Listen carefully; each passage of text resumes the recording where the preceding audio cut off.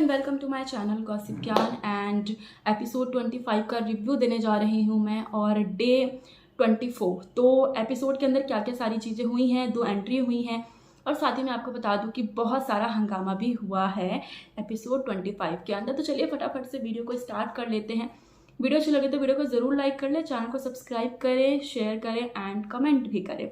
तो अब यहाँ पर डे 25 स्टार्ट हुआ है और वहीं पर ही शायशा जो है उनका एक अलग ही रूप देखने को मिल रहा है लॉकअप के अंदर। क्योंकि अगर हम शायशा को देखें ना तो शायशा कहीं ना कहीं पीछे पहले दबी हुई थी, क्योंकि वो एक लव एंगल में चली गई थी मुन्नावर के साथ।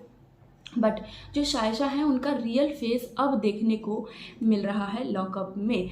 एंड सारी लड़ाई इस बात की है, एज वी नो दैट कि जो ट्रांसजेंडर होते हैं, अगर किसी ने अपने सेक्स चेंज करवाया है तो ये नहीं है कि अगर ठीक है हम किसी को देख रहे हैं तो एक बॉडी का स्ट्रक्चर जो होता है और एक सारी चीज़ें होती हैं वो ही और शी में ऑब्वियस सी बात है कोई भी कंफ्यूज हो जाएगा। तो यहाँ पर ही एंड शी की लड़ाई, हाँ देखो जैसे मैं आपको बता दूं कि ना टाइम लगता है, वक्त लगता है किसी भी चीज़ को बदलने के लिए, तो उसी तरीके से ही है। अब इतनी बड़ी कम्युनिटी को प्रेजेंट करने के लिए आई हैं तो सारी चीज़ें तो लोगों को सीखनी पड़ेगी ना, तो थोड़ा टाइम लगता है।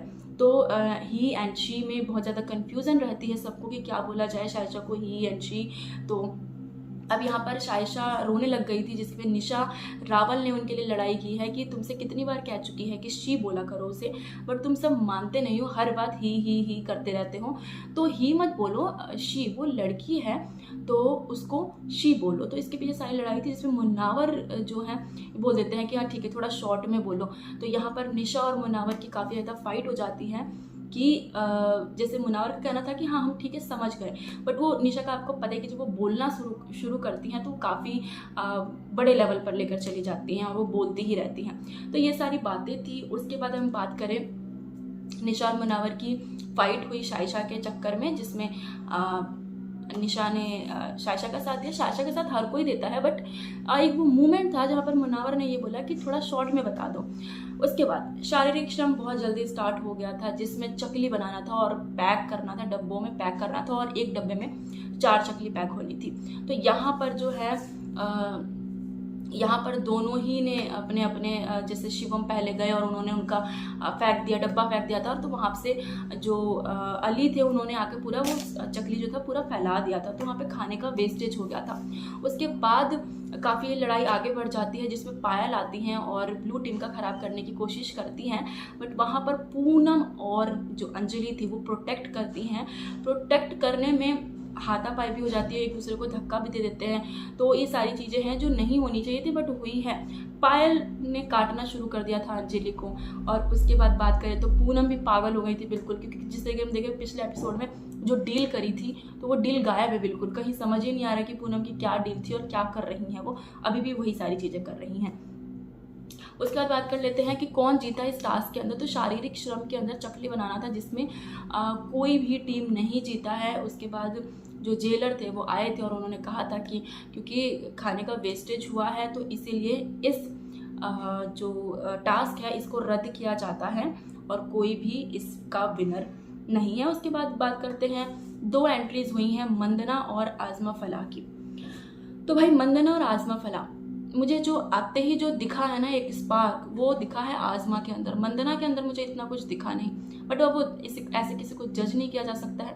पर आज़मा जो है अब देखना ये है कि किस तरीके से वो सारी चीज़ें करती हैं, क्योंकि उन्होंने जो अपना आते ही रौद्र रूप दिखाया है ना वो काफ़ी इंटरेस्टिंग लग रहा है और गेम को एक अलग लेवल तक वो लेकर जा सकती हैं। आज़मा जो है स्प्लिट्सविला 13 में आ चुकी है और साथ ही मैं आपको बता दूं तो यहाँ पर सारा को टास्क सारा को दिया गया था और परफॉर्म किसने किया, सबने मिलके टीम ने परफॉर्म किया।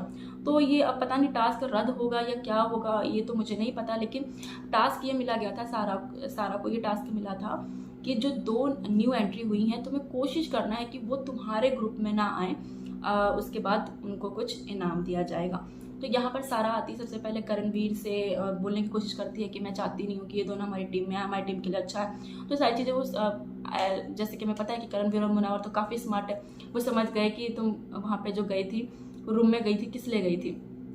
स्टोरेज रूम में गई थी, वो क्यों गई थी।